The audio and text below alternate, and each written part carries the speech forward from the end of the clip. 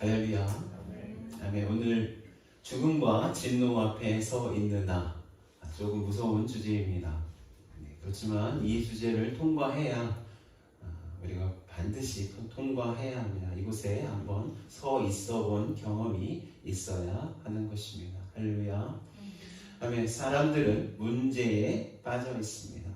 어떤 문제에 빠져 있느냐면 자기의 생명이 유한하다는, 제한적이라는 문제에 빠져 있습니다. 자신은 언젠가 죽을 것이라는 문제에 빠져 있습니다.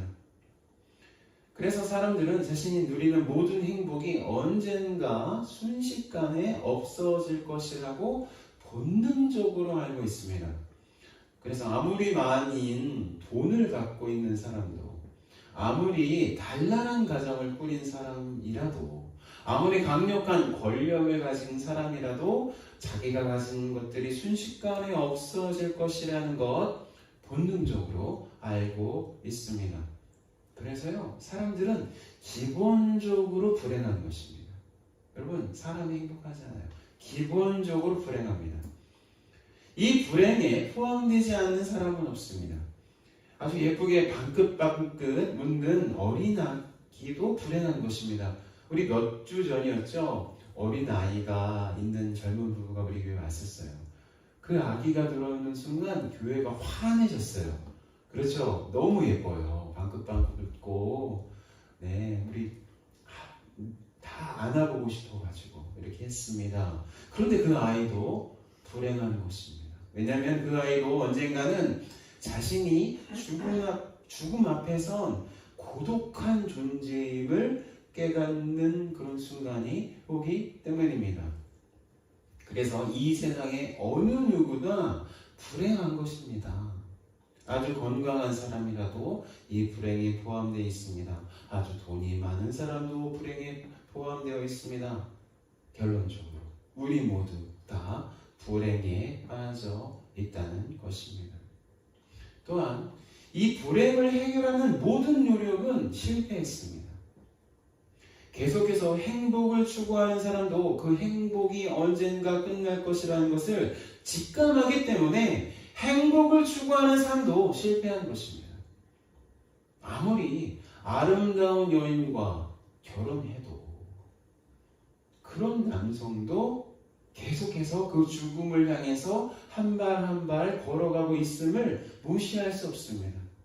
그리고 그 자신이 죽음으로 나아가고 있다는 그런 근원적인 압박이 계속해서 자신을 찌르고 있는 것입니다. 아무리 멋있는 남자와 결혼한 여성도 자신의 마음 한구석에서 계속해서 자기를 괴롭히는 자신은 죽어가고 있다라는 생각 때문에 괴로워하고 있는 것입니다. 왜 다 좋은 남편들 만나셨고 좋은 아내 만나셨습니다. 하지만 우리가 계속해서 그 길로 걸어가고 있다는 것을 무시할 수 없는 것입니다. 또한 자신과 자신이 가진 것들이 언젠가 없어질 것이라는 사실을 잊기 위해서 추구한 모든 쾌락도 실패했습니다. 사람들이 찾는 모든 쾌락은 그들이 직면하고 있는 죽음이라는 사실을 아주 잠시 동안 잊을 수 있게 했습니다.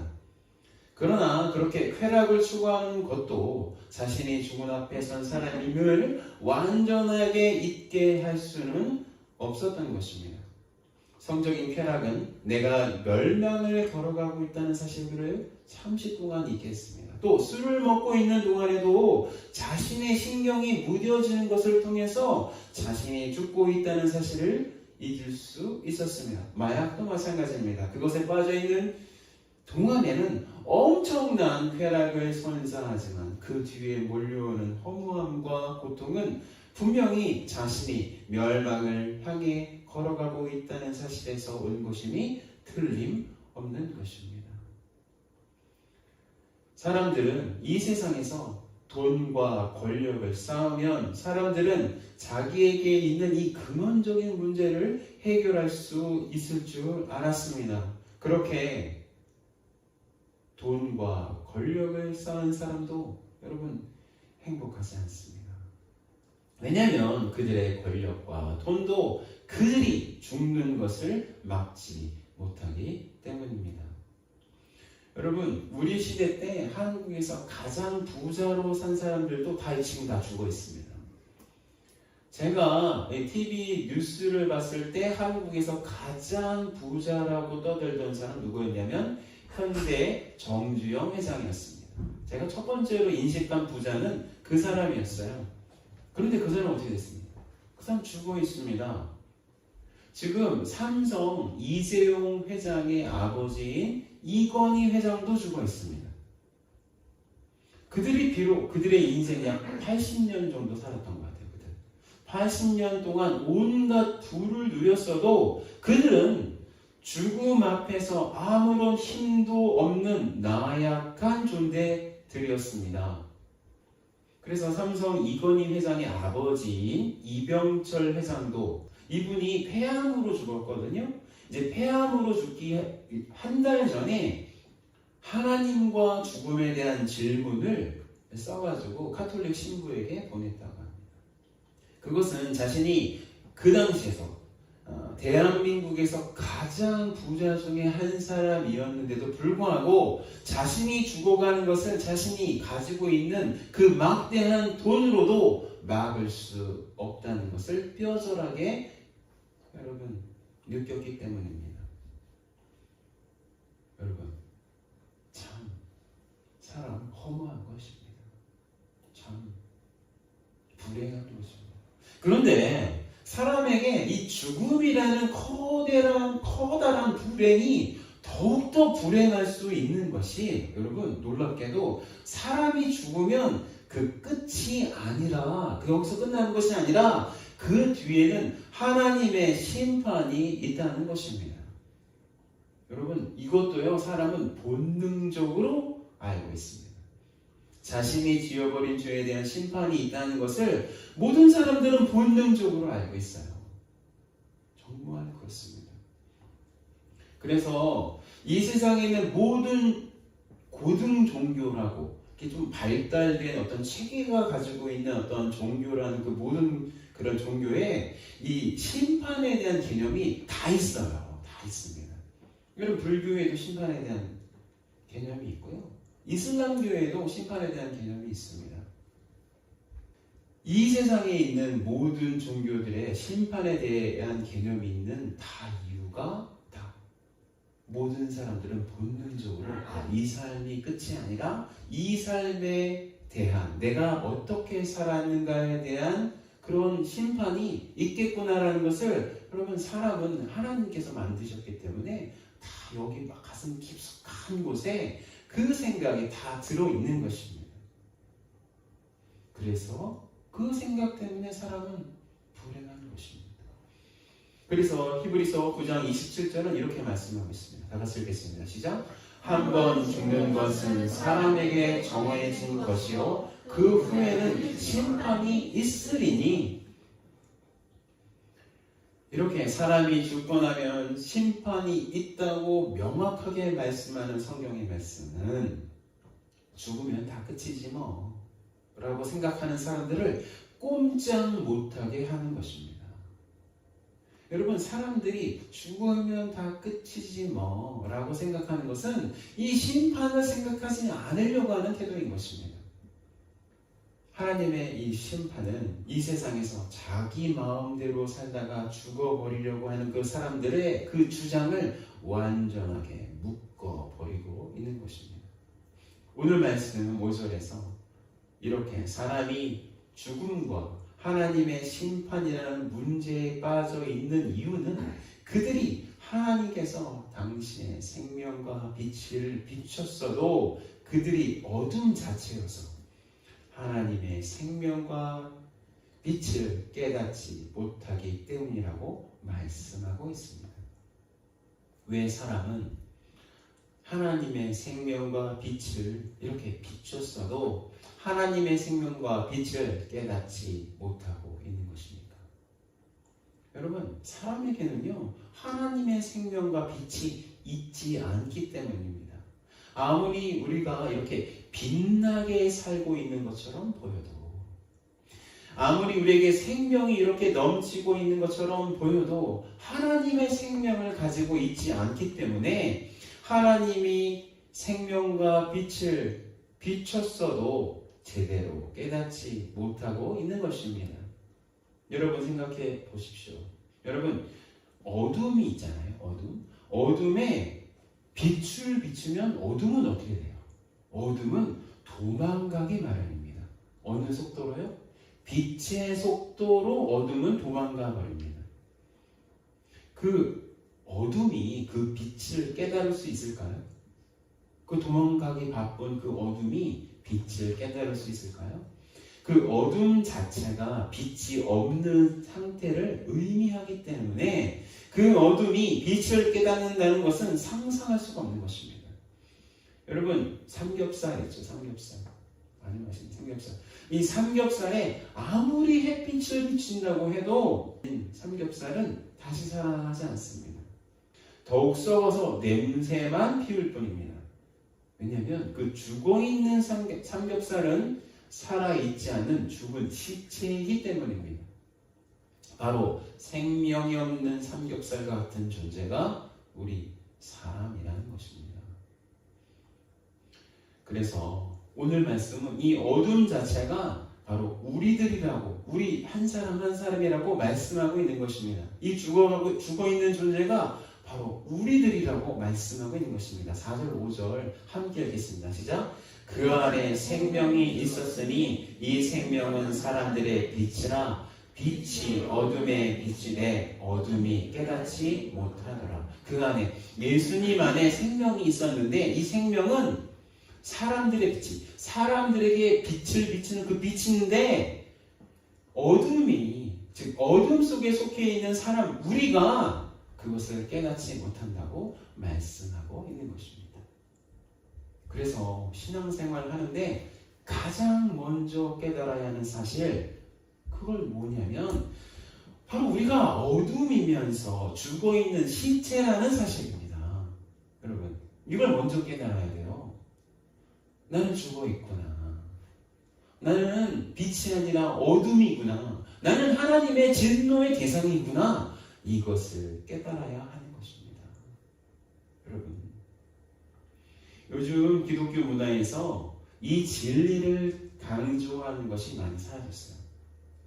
우리도 이제 함께 주목 인사할 때 당신은 사랑받기 위해 태어난 사람이 사모님이 이렇게 채워주셨는데, 그런데요 우리가 죽을 수밖에 없는 존재임을 깨달아는 이런 이 말씀과 굉장히 좀 괴리가 있는 그런 찬양인 것이죠. 우리가 죄인이어서 하나님의 심판을 받아야 한다는 사실을 먼저 깨달아야 한다는 이 말씀이 현대 설교단에서 많이 사라졌어요. 그냥 그저 현대 기독교에서 많이 강조한 것, 당신은 사랑받기 위해서 태어났습니다.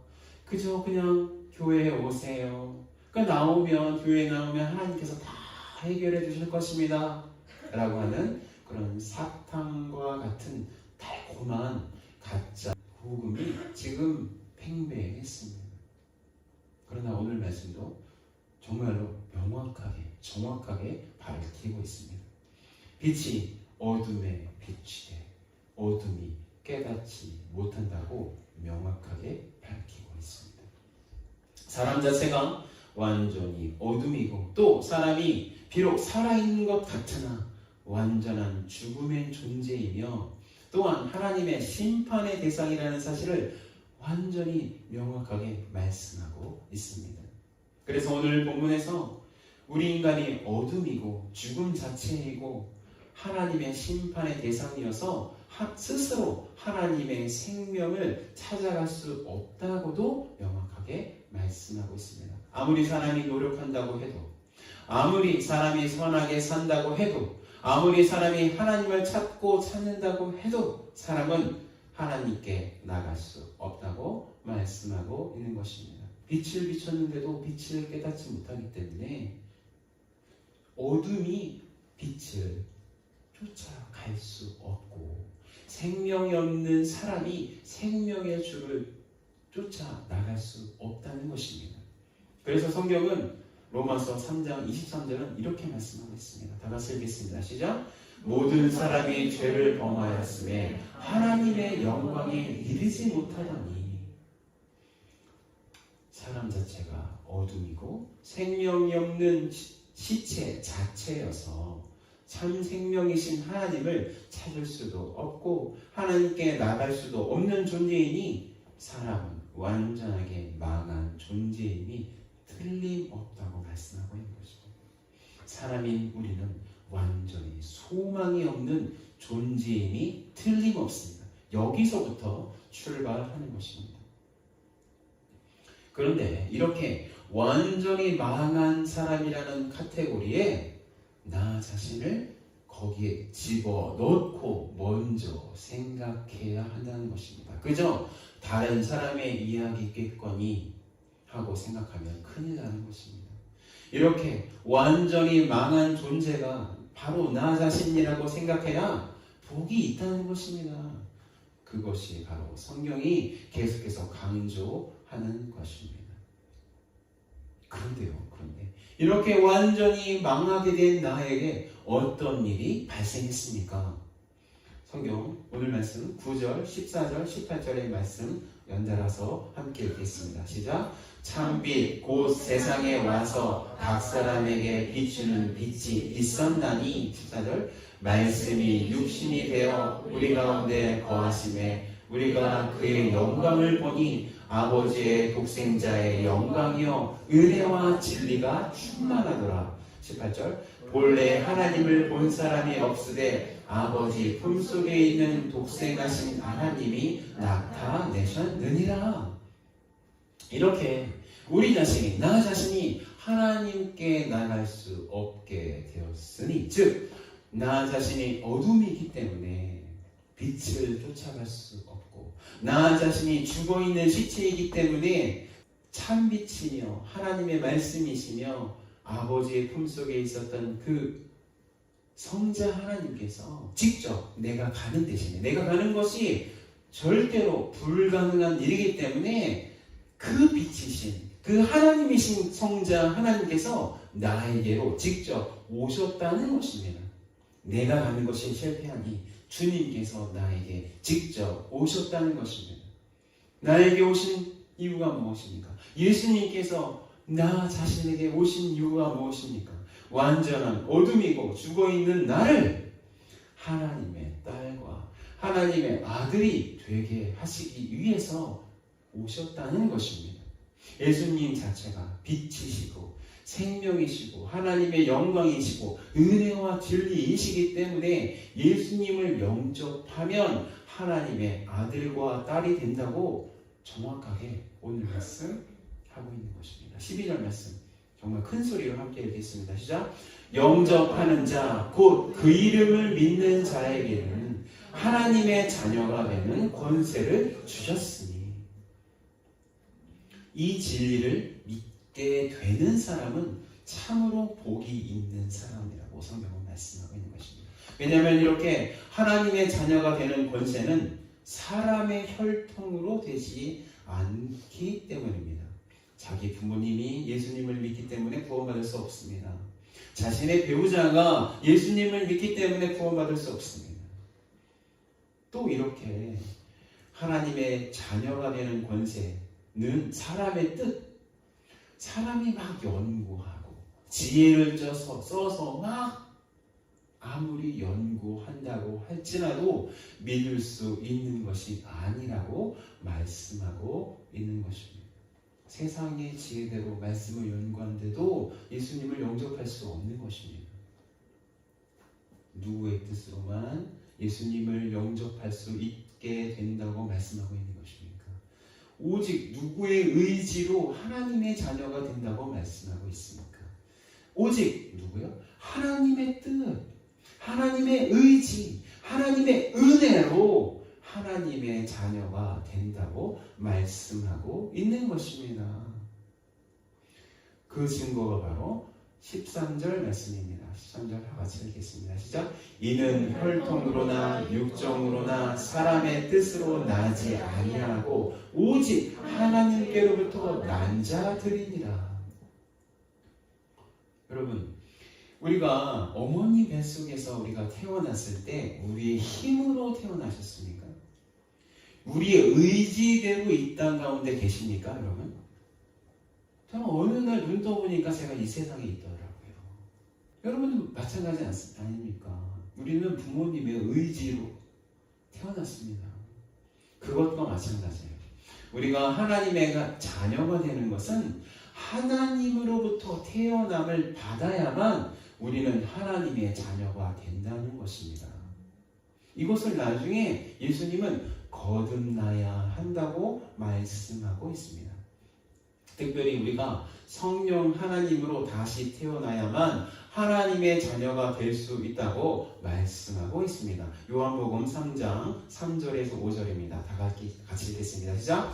예수께서 대답하여 이르시되 진실로 진실로 내게 이르노니 사람이 거듭나지 아니하면 하나님의 나라를 볼 수 없느니라.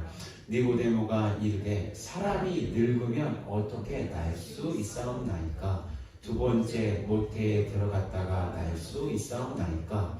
예수께서 대답하시되 진실로 진실로 내게 이르노니 사람이 물과 성령으로 나지 아니하면 하나님의 나라에 들어갈 수 없느니라. 그렇다면 이렇게 하나님으로부터 다시 태어나서 하나님의 자녀가 되었다는 것의 증거가 무엇입니까? 내가 성령 하나님으로 말미암아 다시 태어났다. 내가 성령 하나님을 내 마음속에, 성령 하나님 그분 자체가 하나님의 생명인데, 예수 그리스도의 생명인데, 이 생명을 내 마음속에 모셔들여서 다시 태어났다. 하나님의 자녀가 되었다는 증거가 무엇입니까? 바로 우리가 예수님의 생명, 성령 하나님이 은혜로 주시는, 내 의지가 아니라 하나님의 은혜로 주시는 이 생명이 나의 속에 들어와 있다는 그 증거가 무엇입니까? 그것은 나의 태도가 하나님을 향한, 예수님을 향한 태도가 달라지게 된다는 것입니다. 예수님을 믿기 시작한다는 것입니다. 물론 처음에 하나님에 대한 믿음이 적을 수도 있습니다. 헷갈릴 수도 있습니다. 하나님을 의심할 수도 있습니다. 그런데 달라지는 것이 있어요. 말씀을 계속해서 듣고 싶어 한다는 것입니다. 하나님에 대해서 알고 싶어진다는 것입니다. 하나님을 믿는 길로 더디지만 한 걸음씩 걸어간다는 것입니다. 이렇게 약한 믿음이지만 분명히 하나님에 대해서 알고 싶어지고 예배 드리고 싶어지고 하나님에 대한 적개심이 없어진다는 것입니다. 여러분께서 지금 당장 마음속에서 나는 하나님의 생명이 있나 없나를 이제 판단하는 그 바로미터가 여기 있습니다. 그건 뭐냐면 하나님을 향해서, 예수님을 향해서 적개심이 있느냐 없느냐를 살펴보면, 아, 나에게는 하나님에 대한 사랑이 있구나, 하나님의 생명이 있구나, 이것을 알 수 있다는 것입니다. 하나님에 대해서 의심이 있지만 마음속에서는 계속해서 하나님을 믿고 싶어하는 마음이 점점 커진다는 것입니다.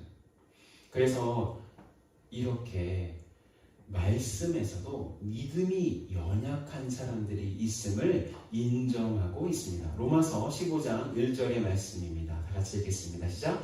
믿음이 강한 우리는 마땅히 믿음이 약한 자의 약점을 담당하고 자기를 기쁘게 하지 아니할 것입니다.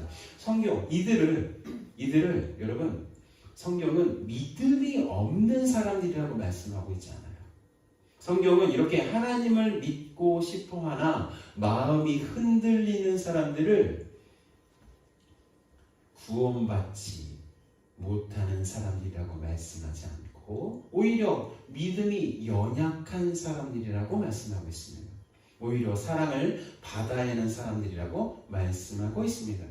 그렇게 믿음이 연약한 사람들이 성령 하나님의 지속적인 은혜와 또 말씀의 훈련을 통해서, 또 기도를 통해서, 예배를 통해서, 교제를 통해서 예수님에 대해서 강력한 믿음으로 고백하는 사람들이 되는 것입니다. 그래서 자신의 믿음으로 예수님을 자신의 구주로 고백하고 그 믿음대로 살기 시작하는 것입니다. 이것이 바로 성령 하나님으로부터 태어남을 받은 사람의 특징인 것입니다. 이렇게 성령 하나님으로 태어난 사람, 즉 하나님의 자녀가 된 사람이 누리게 되는 복은 무엇입니까? 저는 이 말씀 첫머리에 하나님을 믿지 못하는 사람의 운명에 대해서 말씀드렸습니다. 죽음을 앞에 둔 사람이 느끼는 그 두려움과 불안함, 그들에게 있다고 말씀드렸습니다. 그런데 우리가 하나님의 생명을 소유한 그 후로부터 그 두려움과 불안함을 더 이상 느낄 필요가 없게 된 것입니다. 왜냐하면 우리에게는 죽음 이후에도 예수님의 생명이 우리에게 남아있기 때문입니다. 우리는 영원한 삶을 살기 때문입니다. 요한복음 10장 10절입니다. 다 같이 시작. 도둑이 오는 것은 도둑질하고 죽이고 멸망시키려는 것뿐이요 내가 온 것은 양으로 생명을 얻게 하고 더 풍성히 얻게 하려는 것이라. 여러분, 이것이 우리에게 있는 생명, 예수님의 생명을 가지고 있는 우리가 계속해서 살아가야 할 그 영원한 삶인 것입니다. 또한 그 무엇보다도 하나님의 진노가 우리에게 쏟아지지 않을 것입니다. 요한복음 3장 36절에 이렇게 말씀하고 있어요. 다 같이 읽겠습니다. 시작. 아들을 믿는 자에게는 영생이 있고 아들에게 순종하지 아니하는 자는 영생을 보지 못하고 도리어 하나님의 진노가 그 위에 머물러 있느니라. 여러분, 지금 현재의 삶 속에서도 가끔씩 이 저주 속에 남아있는 자연이 우리의 삶을 삼킬 때가 많이 있어요. 여러분, 쓰나미 아시죠? 쓰나미. 쓰나미 현장을 담은 비디오를 제가 본 적이 있습니다. 그 속에 있는 사람들이 정말로 공포에 떨고 있음을 볼 수 있었습니다. 여러분 상상해 보십시오. 여러분들이 쓰나미 현장 속에 있다고 상상해 보십시오. 막 거대한 파도가 우리의 집과 우리의 거리와 우리의 생명, 우리의 사랑하는 사람들을 막 덮치고 있습니다. 그 덮치는 것이 나에게 몰려오고 있습니다. 정말 공포죠. 그런데 그런 공포스러운 자연재해보다 더 훨씬 강력한 것이 무엇인지 아십니까? 하나님의 진노입니다. 하나님의 진노. 그런데 하나님의 진노를 예수님을 믿는 사람들은 받지 않을 것입니다. 이게 정말로 큰 복입니다. 정말로 큰 복입니다. 하나님의 진노 가운데 있지 않게 된다는 것입니다. 도리어 우리는요 하나님의 영광을 눈으로 똑똑히 보는 사람들이 될 것입니다. 이 세상에서 하나님께서 그림자처럼 보여주시는 아름다운 광경을 봐도 그렇게 황홀한데 하나님의 충만한 그 영광이신 예수님을 우리의 눈으로 볼 것이 얼마나 더 영광스러울까요? 여러분, 그랜드 캐년 앞에서 저는 하나님의 영광에 아주 조금을 맛보았는데도 가슴이 터질 것처럼 그렇게 아름다웠습니다.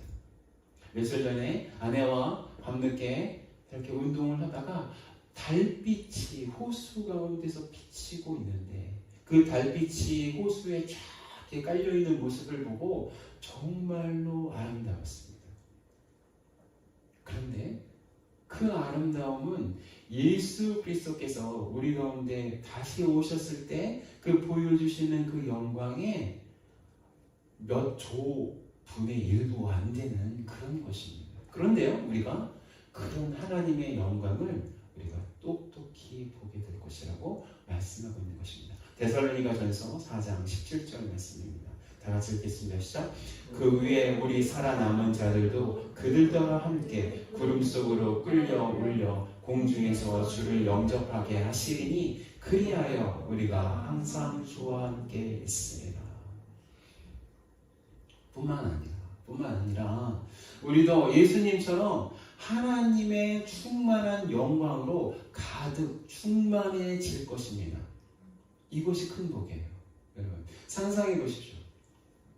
지금 매일 아침마다 이 거울 앞에서 실망하는 지금 우리의 모습이 아니라 이 세상 언어로는 표현이 가능하지 않는 그런 영광이 우리에게 임할 것입니다. 나에게 임할 것이에요. 예수님께 임했던 그 영광이 그냥 예수님을 믿는 것밖에 잘한 것 없는 우리에게 그 영광이 임하게 될 것입니다. 고린도전서 15장 52절 54절 이렇게 말씀하고 있습니다. 다 같이 읽겠습니다. 시작. 나팔 소리가 나매 죽은 자들이 썩지 아니할 것으로 다시 살아나고 우리도 변화되리라. 이 썩을 것이 반드시 썩지 아니할 것을 입겠고 이 죽을 것이 죽지 아니함을 입으리로다. 이 썩을 것이 썩지 아니함을 입고 이 죽을 것이 죽지 아니함을 입을 때에는 사망을 삼키고 이기리라고 기록된 말씀이 이루어지리라. 52절에 우리도 변화되리라. 누구처럼요? 영광의 예수님처럼 변화될 것입니다. 이것이 바로 우리가 예수님을 믿는 사람의 복인 것입니다. 그렇다면 우리는 이 영광스러운 말씀 앞에서 어떻게 살아야 할까요? 우리의 모든 영역에서 예수님께서 우리의 하나님이심을 드러나야 한다는 것입니다. 우리의 지, 정, 의, 그 모든 영역에 하나님이 주인이심을 인정하는 회개가 매일마다 일어나야 한다는 것입니다. 그래서 적용하고 싶습니다. 첫 번째로 적용하고 싶은 것은 우리의 지성적인 영역에서 예수님이 우리의 주인이심을 철저하게 인정하는 회개가 일어나야 한다는 것입니다. 고린도 후서 10장 3절에서 5절 말씀입니다. 다 같이 읽겠습니다. 시작. 우리가 육신으로 행하나 육신에 따라 싸우지 아니하고 우리의 싸우는 무기는 육신에 속한 것이 아니요 오직 어떤 견고한 진도 무너뜨리는 하나님의 능력이라. 모든 이론을 무너뜨리며 하나님 아는 것을 대적하여 높아진 것을 다 무너뜨리고 모든 생각을 사로잡아 그리스도에게 복종하게. 우리 안에 예수님보다도 더 높아져 있는 생각이 있다면 버려야 합니다. 여러분은 어떤 생각을 하고 사십니까? 우리의 생각을 사로잡고 있는 부분이 예수님보다 다른 것이 있다면 여러분 그것을 버려야 하는 것입니다. 어떻게 버려야 되나요? 어떻게 우리의 잡스러운 생각을 버릴 수 있습니까? 하나님보다 높아져 있는 생각을 버릴 수 있습니까? 그 잡스러운 생각 대신에 하나님의 말씀을 읽으면 되는 것입니다. 그 잡스러운 생각 대신에 기도하면 되는 것입니다. 성령 하나님께 우리의 생각을 맡기고 말씀과 기도로 우리를 채워가야 하는 것입니다. 두 번째로 적용하고 싶은 것은 우리의 감정적인 영역에서 예수님이 우리의 주인이심을 철저하게 인정하는 회개가 일어나야 한다는 것입니다. 우리 대지를 함께 읽겠습니다. 시작. 우리의 감정적인 영역에서 예수님이 우리의 주인이심을 철저하게 인정하는 회개가 일어나야 한다. 고린도후서 7장 10절에서 11절 말씀 함께 읽겠습니다. 시작. 하나님의 뜻대로 하는 근심은 후회할 것이 없는 구원에 이르게 하는 회개를 이루는 것이요 세상 근심은 사망을 이루는 것이니라. 보라, 하나님의 뜻대로 하게 된 이 근심이 너희로 얼마나 간절하게 하며 얼마나 변증하게 하며 얼마나 분하게 하며 얼마나 두렵게 하며 얼마나 사모하게 하며 얼마나 열심히 있게 하며 얼마나 벌하게 하였는가. 너희가 그 일에 대하여 일체 너희 자신의 깨끗함을 나타내느니라. 우리가 가진 쓸데없는 걱정, 세상 근심, 그런 감정들, 여러분 그런 것이 우리 가운데 있다면 우리 함께 읽은 고린도후서에서 사망을 이루는 것이라고 말씀하고 있습니다. 그래서 우리 감정을 여러분 주님께 드려야 합니다. 짜증나는 그 감정이 몰려올 때, 적개심이 몰려올 때, 우리 두려움이 몰려올 때, 불안함이 몰려올 때 주님께 드려야 합니다. 주님께 은혜가 충만하다고 여러분 오늘 본문은 말씀하고 있습니다. 그렇죠? 주님께 은혜가 충만하대요. 그러면 주님께 은혜가 충만한데 우리가 주님께 여쭤보면 주님, 이 쓸데없는 정성, 이 마음들, 하나님 불안한 걱정, 염려, 불안, 이거 다 가져가 주세요. 그 대신 주님의 영광을 주세요. 주님의 은혜를 주세요. 그러면 여러분, 하나님께서 다 그 감정 가져가시고 은혜를 주시지 아니하시겠습니까? 이것이 우리 감정에서 회개가 일어나는 방법입니다. 세 번째로는 우리의 의지적인 영역에서 예수님이 우리의 주인이심을 철저하게 인정하는 회개가 일어나야 합니다. 우리 대신 함께 읽겠습니다. 시작. 우리의 의지적인 영역에서 예수님이 우리의 주인이심을 철저하게 인정하는 회개가 일어나야.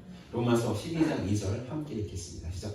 너희는 이 세대를 본받지 말고 오직 마음을 새롭게 함으로 변화를 받아 하나님의 선하시고 기뻐하시고 온전한 뜻이 무엇인지 분별하도록 하라. 회개는 마음의 변화에서 나온 행동의 변화, 즉 의지의 변화임을 말씀하고 있습니다. 우리는 하나님께 돌아갈 것을 의지적으로 결단해야 하는 것입니다. 우리가 구원받을 때는 하나님의 전적인 은혜로 우리 구원받습니다. 우리 마음이 변합니다. 그 후에는